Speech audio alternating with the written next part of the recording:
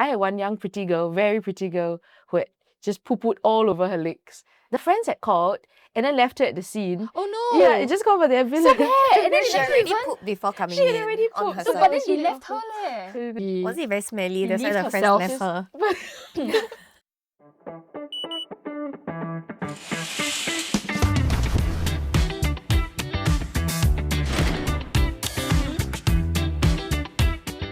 The other day I was doom scrolling on social media.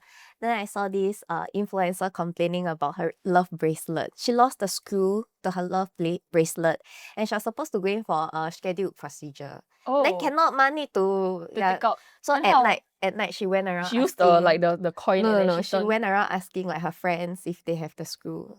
Wow. So did she manage to get it out? She did, but then it makes me wonder what if it was an emergency. Like suddenly something happened and you're unconscious. That's true. Yeah. Yeah. Then how? Because also I think Chop it recently, off. quite recently, there's the trend of like the permanent, like the bracelet where they like weld it together, right? So there's no clasp for you to take out. Then like, yeah. So I guess It's on you forever.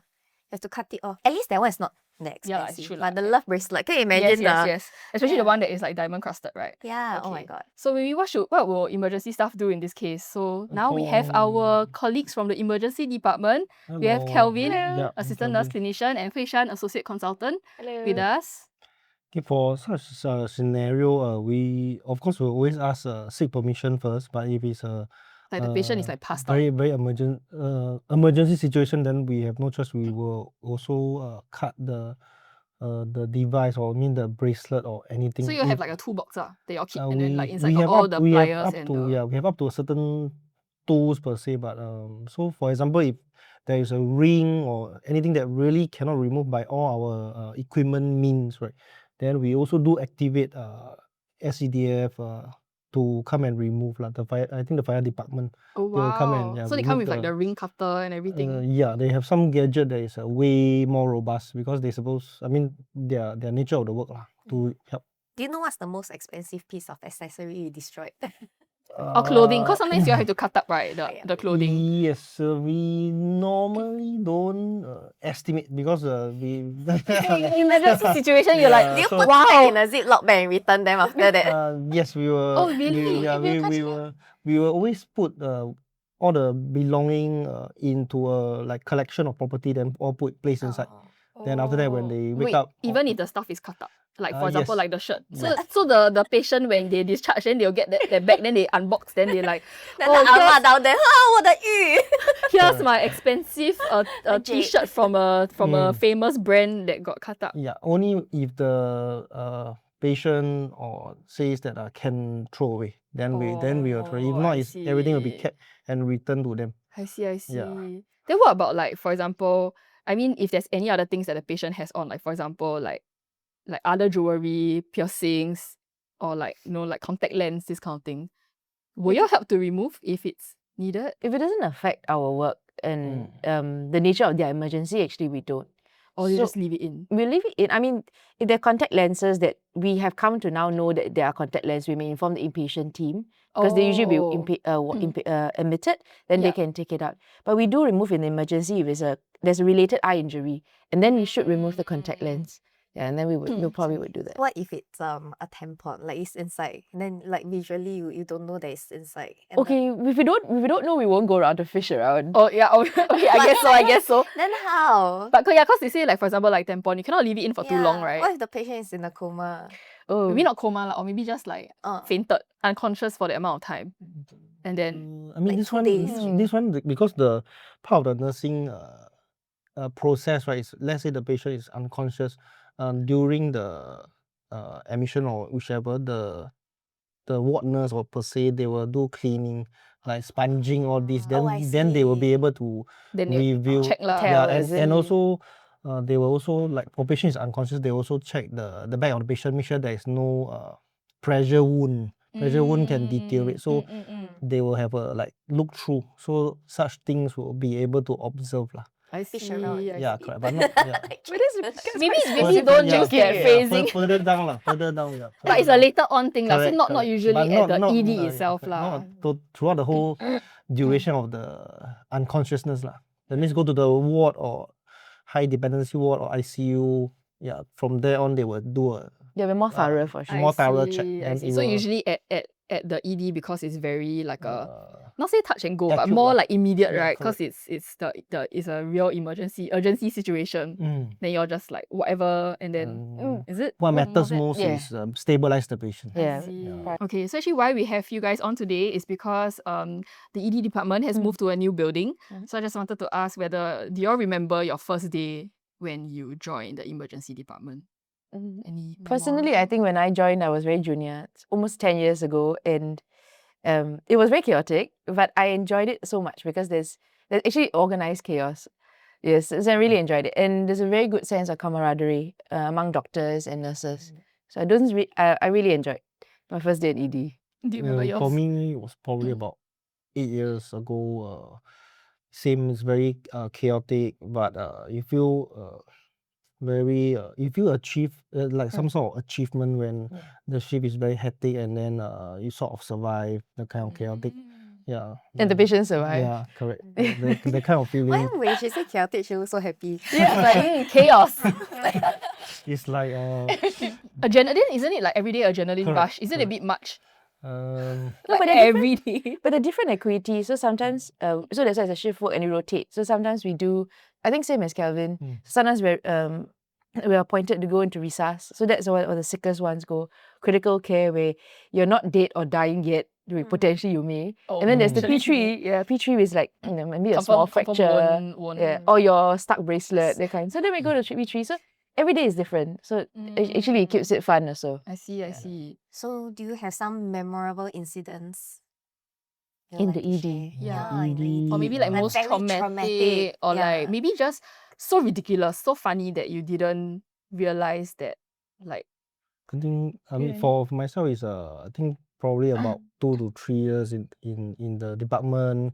I had a patient that was actually walking around, can talk to you, but the patient was isolated, I think, for coughing out blood lah. So Oh the patient my. can actually go to the toilet himself, all this, but then all of a sudden during my routine vital sign check, right, he actually started vomiting out blood lah.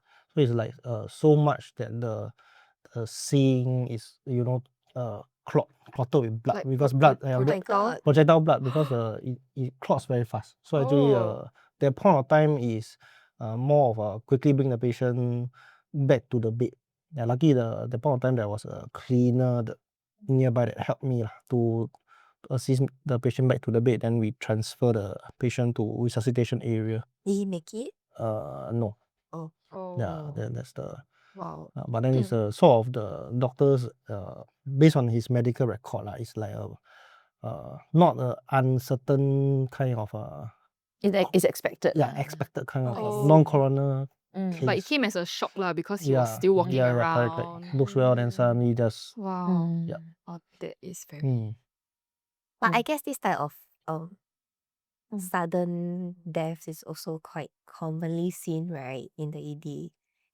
It's not uncommon. Not for uncommon, sure. but yeah. But it's still sad and still traumatic for everyone involved. Yeah. Mm. But on a lighter note, I did see one lady who ate expired bird's nest. It's been expired for 2 years, and she knew. She took it knowingly, and then after that she came and insisted I give her the botulism antidote, which she was convinced that she was gonna get contract from the expired bird's nest. Oh. And she sat in the emergency with me the whole night shift, asking me to check all the departments, HSA, everywhere, just to get this antidote. And initially I realized that because of her, I checked, and we don't actually have botulism antidote because we don't have food botulism. Oh, in Singapore at all, we don't have such a thing. But I don't have, because we don't have cases like that, because we're kind of like our food fairly is quite, developed, and we're clean, and yeah. But like she was okay. No, she was She's convinced, so it was coming. difficult. So she had to sit beside me. So she had the special seat beside me while I was seeing other patients. So cute. Like I was managing other patients. I mean, I'll in and out. She's not in the exact same room because of privacy, right? But yeah, so I had to come in and check on her. So she's just sayang. convinced that she will get it. Yes. For some reason. Yes. Why did she drink the No, actually, I didn't want to waste it. expired? Yeah, I mean, it's But like 2 years is a bit. Yeah, like 3 months, 1 month, okay lah. I mean, I'll probably drink it too, not to waste it. But 2 years is like, Yeah. When after she tahan the whole shift with me, then she went home. She okay.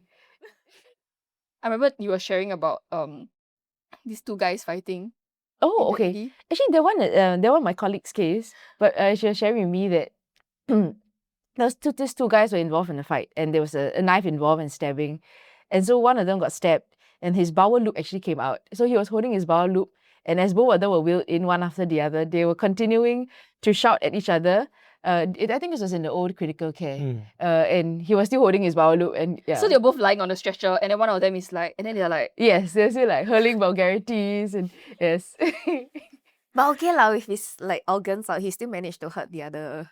I mean, The that's true. I mean, that assailant means he's when they probably coming not that. together. He was okay. I think he was I mean, discharged for on the day fact 3. that Yeah. for the fact that he can still continue Yeah. quarreling, like his mind is still on the quarrel rather than his like intestine that is out. Yeah.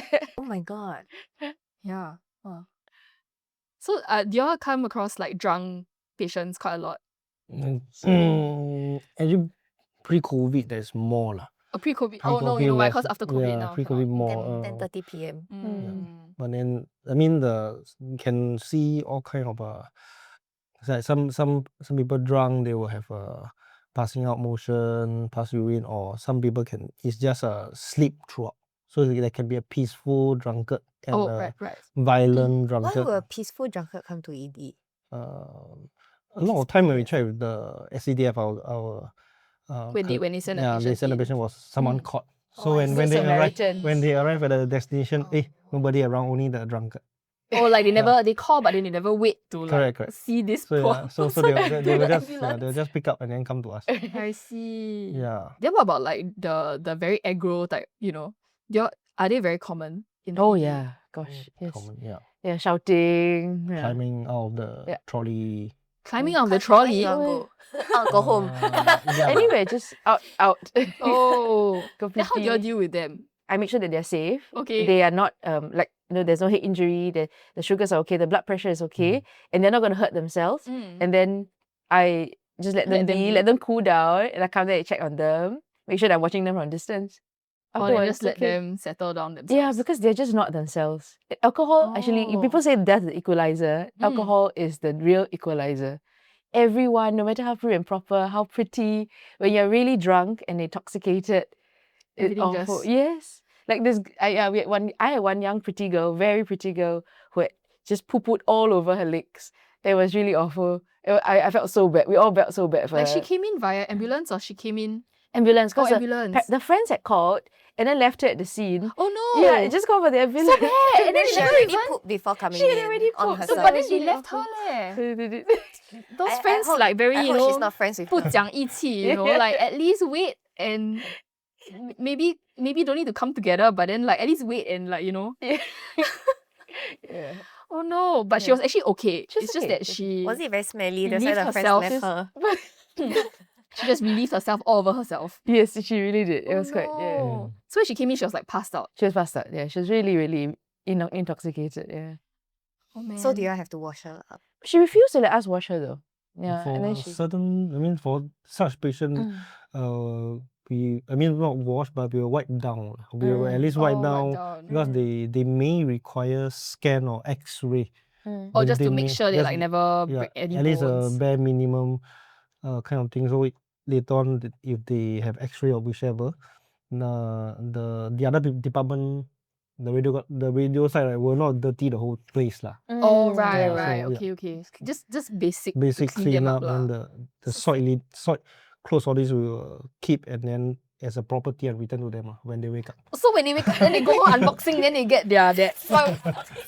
They will open and see whether they want to bring home and wash. Oh.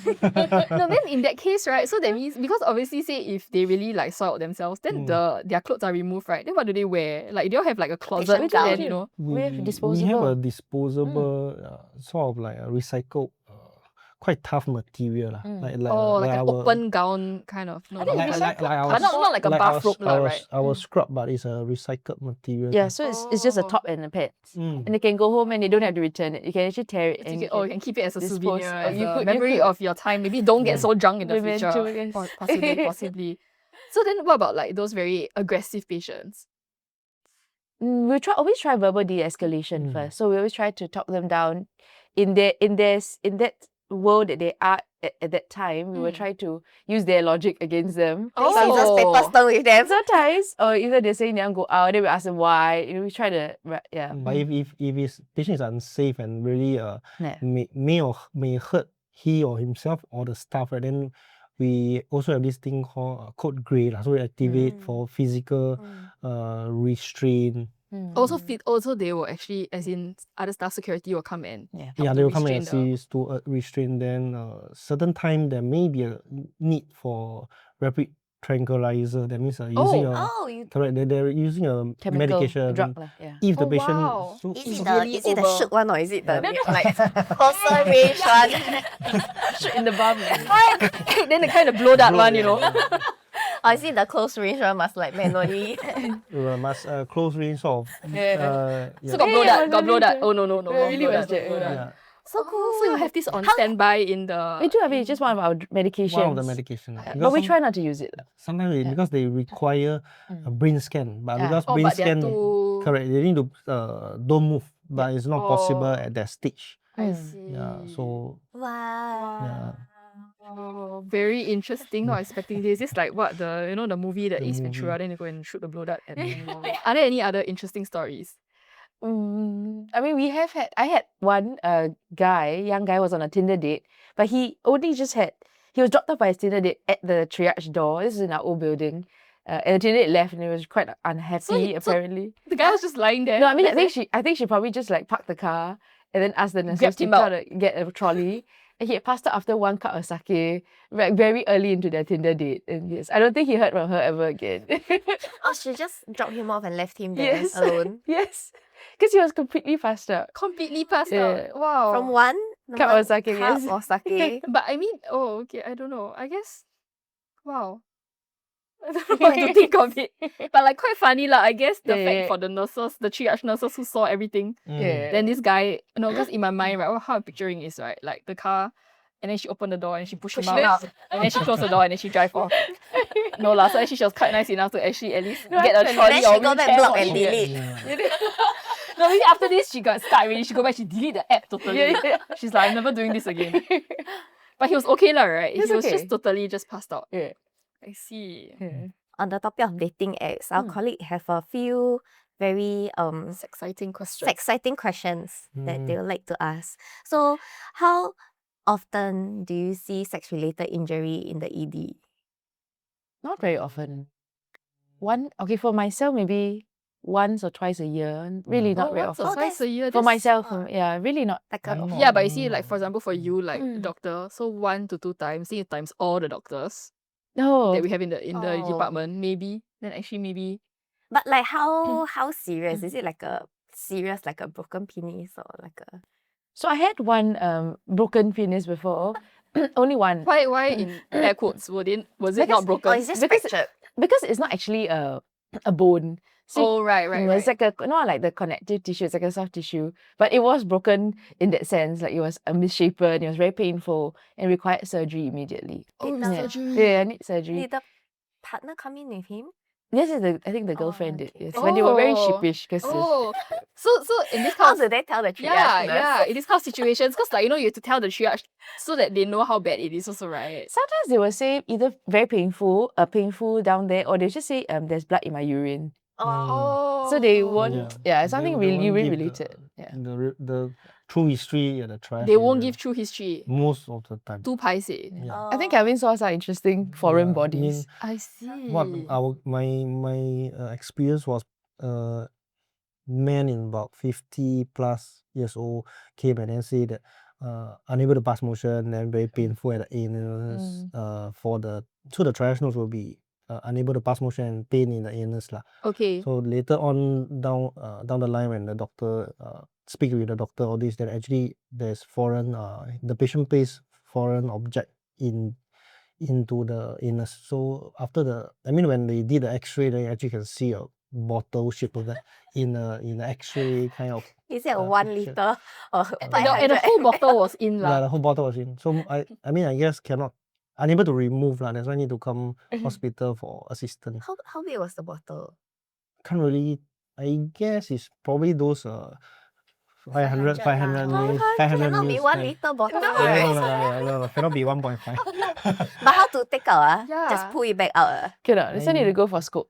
Oh. They do Scope, Like break colonoscopy it down into or smaller and then it pieces. will- probably need to try to take it out. How? I don't know, but you can't colonoscopy. break it inside also. What? Can go in, then can like just If they can use a scope to remove, yeah, if not, they have to do surgery. Oh, Yeah. so, oh my gosh, surgery. Mm. Wait, if it's surgery, then how does it work to take out?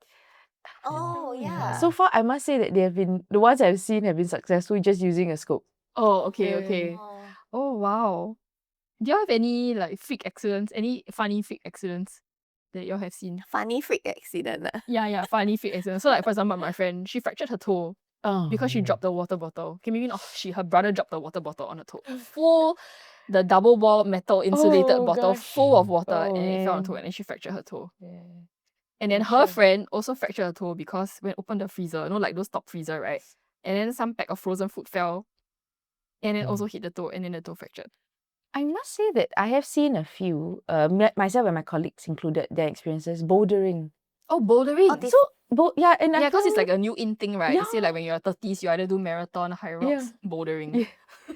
And the injuries are really quite dramatic. Like recently that my colleague had just sent one, the whole ankle was out. You could see the bone because the skin it was an open fracture, so skin had completely Oh, it's like a... torn, and then the ankle was both fractured and dislocated. Oh. Yeah, and I had seen another one was an elbow dislocation, also from bouldering.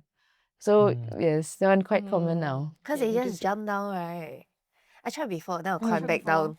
Oh. But I think I've not tried, but I think I will probably also climb back down. Yeah. Yeah. I scared. Yeah. Some of the mattress, like the mattress that they put at the bottom, not very thick, It's not right? very soft also. Yeah. It's a bit So I guess harder. bouldering is very dangerous. Don't do it. Regular rock climbing is better. Got the harness. Did you have any freak accident? No, it's not. I think quite common is the cut for those that work in the F&B cut. Then yeah, I mean they do come. Oh yeah. My friend Yeah. that time he was closing. He used to work part time Why at are an your ice cream store. friends so Not freak accident. I don't know. It's a different friend. Then regular so customer? when he closed he was working part time at an ice cream store. Then when he was in a closing shift. Then when he wanted to close like the glass door, the entire glass door fractured on his arm. Shattered. Yeah. Then he said he was very like manly. Then he said, luckily it was me lah, cause his other colleague was a girl. So if it was her, right, then her whole arm would be scarred. Aiyo. Yeah, and I was like, wow, okay, alright, whatever lah. Yeah. So, to what extent would you think that a cut is an emergency? Oh yeah, is it very serious? Or like a fracture, like toe fracture. I'll be freaking out if my toe like fractured, you know. So a lot of time when they come for during the triage, we will assess whether of course the top priority is always On the verge of. How critical? how critical. Then there's also like example small finger cut or toe fracture. There might be there are some checks that we will perform like whether is it circulation cut off, like your limb, you know, turn color or this dusky, then those are emergency.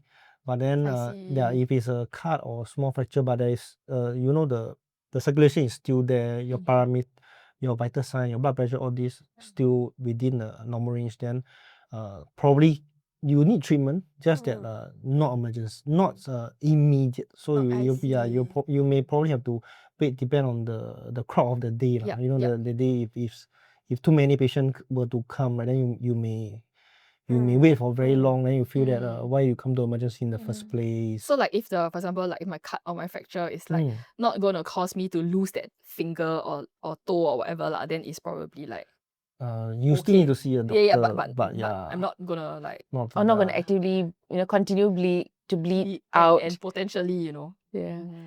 We do, for amputations, definitely those we see as emergency. So we have limb amputations. Even if it's just like that. Okay, Oh so yeah, what if I there's- slice the tip of my finger? you Okay, know? so that one is a shaving. That one actually okay. That one is seen in P3. That one is seen in P3. What Because if it's what if I slice and then I bring it to you? Then because you know they always say it needs to be reattached in a certain amount of time, right? Yeah. Will it still be P3? Okay, so what they do, actually the triage nurses are very good. So they usually alert us first. So we will, while the patient is still in P3, because the acuity is not the same as a heart attack or a stroke. Yeah. But the P3 senior, the senior doctor will be probably on this patient. Probably we're making calls already, get our hand specialist colleagues in. So you're prioritized even within that P3 category. I see. And so we do that. And they usually will tell to put in you can wrap it in some moist gauze or moist so tissues or something. okay. And then don't put it directly on ice. You put it in a separate bag and put Okay. that back into another bag with ice. But what if I don't have access to ice? Can I put with my like frozen peas?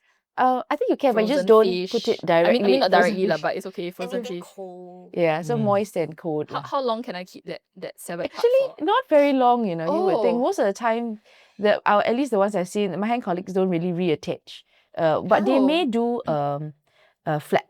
So they just have to do it's like a revision. So you have to accept that you have a bit of a shorter pinky or shorter finger, and then they will just do a Oh. flap reconstruction to cover that. Also to make that it look like defects. more finger-like, but Yes. it is actually a shortened Yeah. bit. Yeah, very hardly actually successful reattachment. Because it's too, as in the time that they bring with that severed tip, Yeah. and then the time they get see or the time they come in is too, the time is like it's not enough time for the or that part can't survive. Or actually, most of the time in F&B, they don't even come in that part. That part is really together with all your touch-up things. So the only time I actually see my hand colleagues reattach fingers was actually for our foreign worker who unfortunately got his hand sliced off in a wood chipper.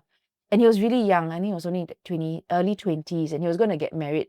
And it was his dominant hand. So they really tried to help, I think. But they So also managed to find they that, brought it that in. severed part. It actually was quite mangled.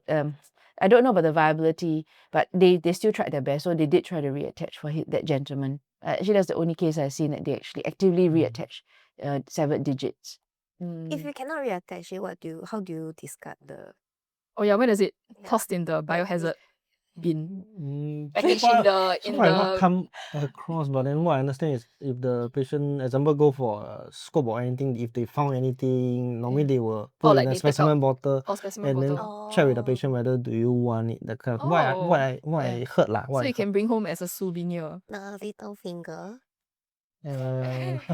Might be whether they want to dispose. Usually we check the patient. Check the patient whether you want to dispose. But it will be biohazard, I think. Biohazard if we it's do thrown discard in it, the- yeah. I Correct. see.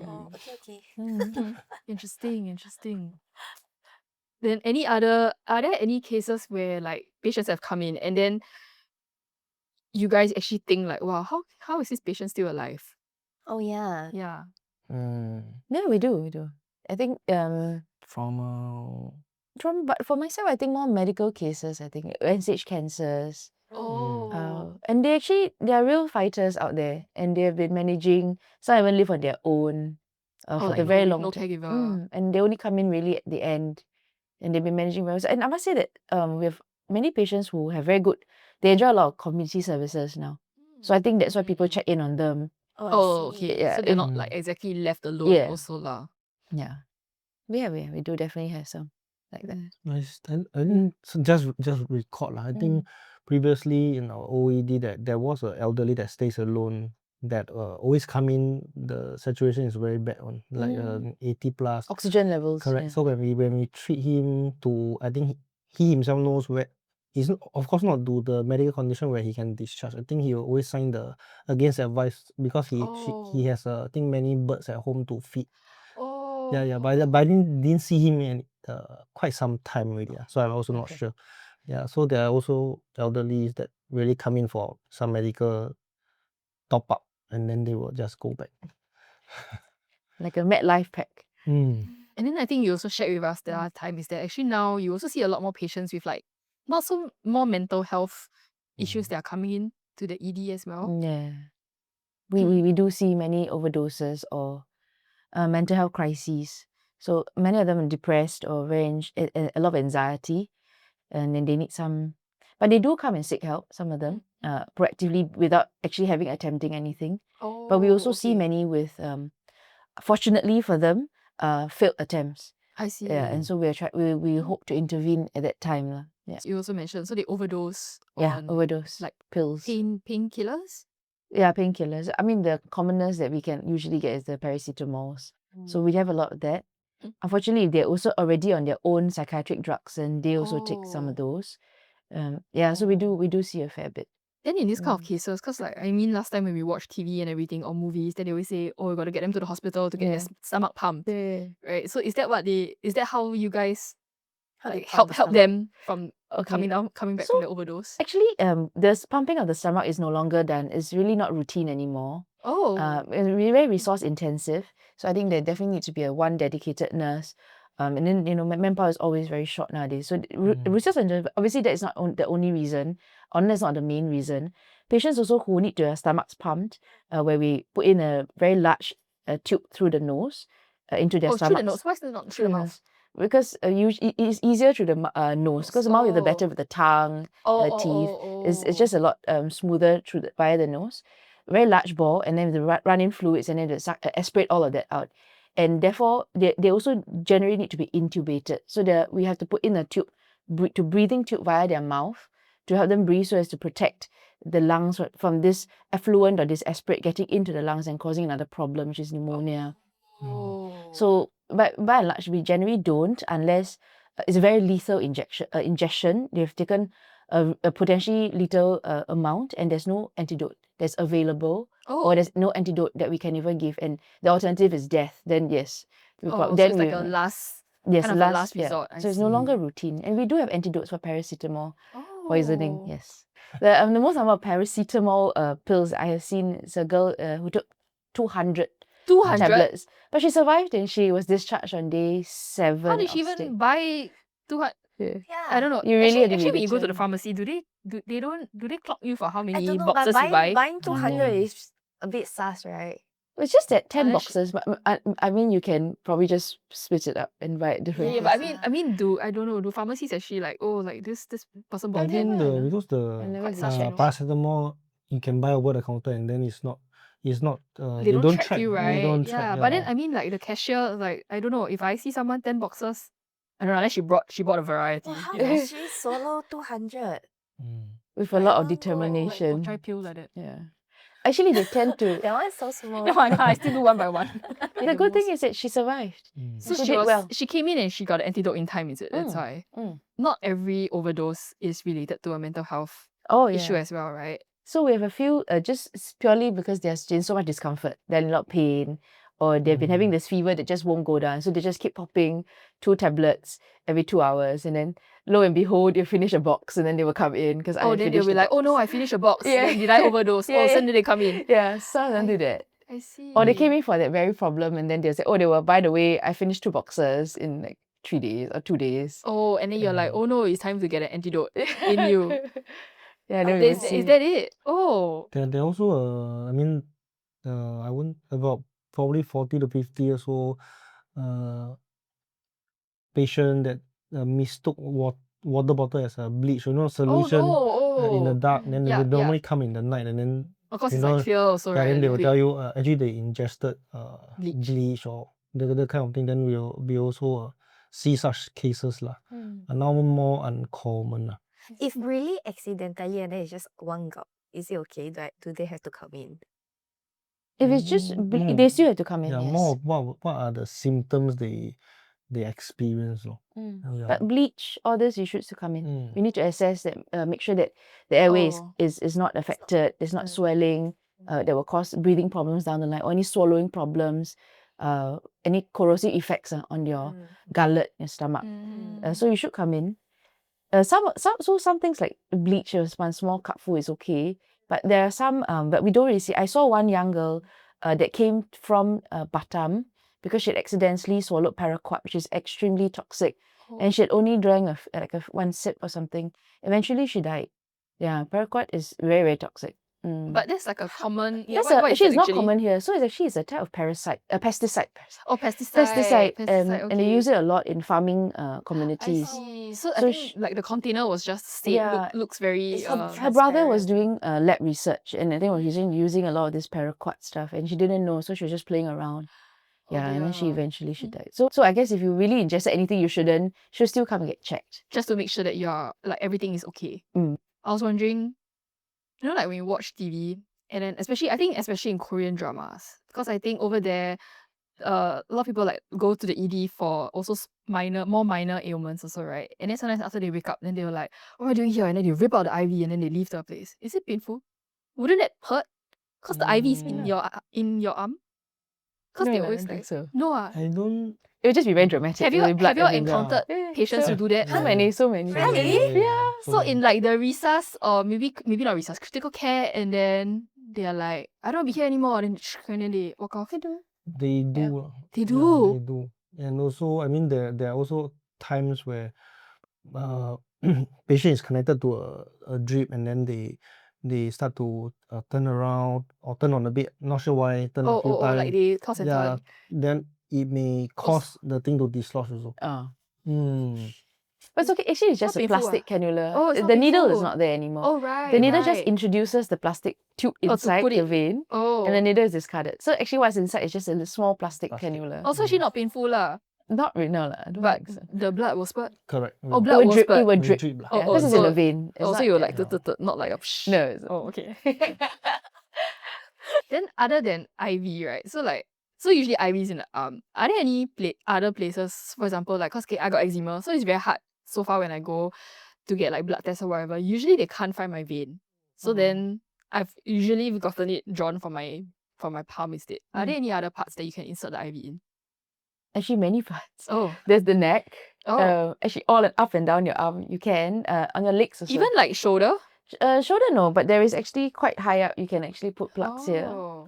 All the way down to some. So when we are very free real desperate- estate lah, is it? Yeah. But when they're Sorry, really what? desperate, Free real estate for the IV. Fingers also. Fingers also. Fingers when we are very also? desperate, we will put a thumb plug.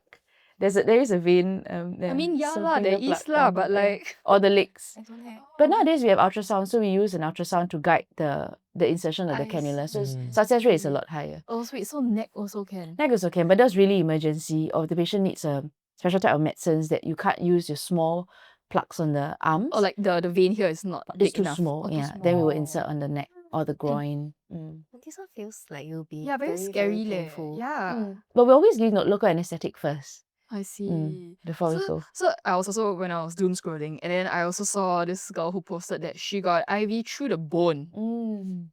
Yeah, That is I- that is a thing. Yeah. Normally during emergency that they cannot find any access, then they will have this Intraosseous, yeah. intraosseous IO. for the arm or the knee. Yeah, so it's a direct.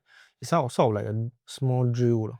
They will drill and assess, then they will connect it to a drip or anything that they want to give medication. So the location is actually the amount of fluid that can go in. The larger the needle and also the The larger the drill bit. the bone area lah. Then they can allow more fluid to go in and help the patient. Is that drill a standard size, or you're like, oh, I think needs more? Then the drill, like she said, the drill bit is a bigger one. Yeah, like, the whole drill No, is I bigger. went to drill Google standard it. is It's the bit really, is it really different. looks like a drill. Yeah, the drill is the standard. Is the drill bit. There's a different size for I guess the different body size like if Oh, like Pediatric it's a vein. bigger guy. pediatric, and then- bigger guy, oh, smaller guy, the oh. bone. Do you all do this often? Not Not- uncommon. Not uncommon. Maybe a uncommon. few times in a year. A few times Yeah, a yeah. year. Because when the patients come in collapse and they have had no pulse for a while, oh no pulse. the veins are all collapsed, so you really can't insert any see. IV plugs. Oh, like but even you with the need to- ultrasound and you can't find. It's there's difficult no, because like- there's no flow, because Oh, the heart is not right, being, so there's no right, flow. okay. And this is a lot faster than trying to use an ultrasound to find something. And we need to get emergency drugs into them. Then we will use the IO needle. Would it ever be like was so Same painful for until me. the guy resuscitated? I had one patient. This was my experience when I was in cardiology, and I had one patient who had the VT collapse, and then I couldn't find a vein for him, and so when I drilled it in, he actually spontaneously came back, and he was shouting at me because I was drilling into him, and then he collapsed again. So I continued drilling, and he came back. This happened like 3-4 times. Luckily, the guy made it. I didn't. He died yeah. 3 times. Yeah, so he actually came back, and I didn't need to complete the IO. Oh, you didn't need to complete the. So Yeah. it's like you drew halfway and You then. didn't have to resuscitate him Yeah, so anymore. eventually, actually, he could wake up enough and sustain for me to put in a line into and the leg. for him to continue yelling at you. Yes. Wow. Also, I guess, I mean, in a way, this What an also experience. this also works lah. Like, you know, Like cartoon. yeah, maybe like instead of like the pedal, the AD pedal. Yeah, you just have to drill. Okay, but I guess this is a very rare case, right? That's It's very not rare. common. It's Okay, not yeah. common at all. Yeah. Yeah. Alrighty. Do you have any like final takeaways? Maybe like, you know, Mm, if you just cut your finger, don't come ED. Also can. Or like, it'll be good if you can think of the you know, like can relate with your condition, whether it's life threatening. Of course, you will need medical attention, but probably you may have to wait because the people that require the medical attention may be queuing in front of you. They may deteriorate. So the waiting time is there, not because we don't want to see you. All of you are important. Just that the one that really needs medical attention should see first. That's the issue we are so facing. in a way, it's like if you are P3, it could be a good thing lah. Because it Yeah. means that you're not, you know, Mm, you're not you're on the verge well. of dying. Correct. Yeah, last time my uncle went into, sorry, I just digress. My uncle went into ED for dengue. Then he told us he was like pee, don't know what lah, like the later, because it's dengue only, right? He said he fainted. He said that's how you jump to the front of the queue. But I also had one Swedish couple who, the time was a very bad waiting time, waited maybe 4 to 5 hours in P3. But when they finally saw them, I was still a junior doctor then, they actually thanked me and the team, and as in the nurses around me, because they said this is a lot faster than when they had to wait in their own country. Which is like 8 hours is standard. As in they don't blink at all when they have to wait for more than 6 hours. That's standard. So actually it puts things in perspective. Yeah. Mm. Okay. Thank you, Kelvin and Shan, for joining us on this episode of Perfectly Imperfect Health. And we'll see you in the next episode. Bye.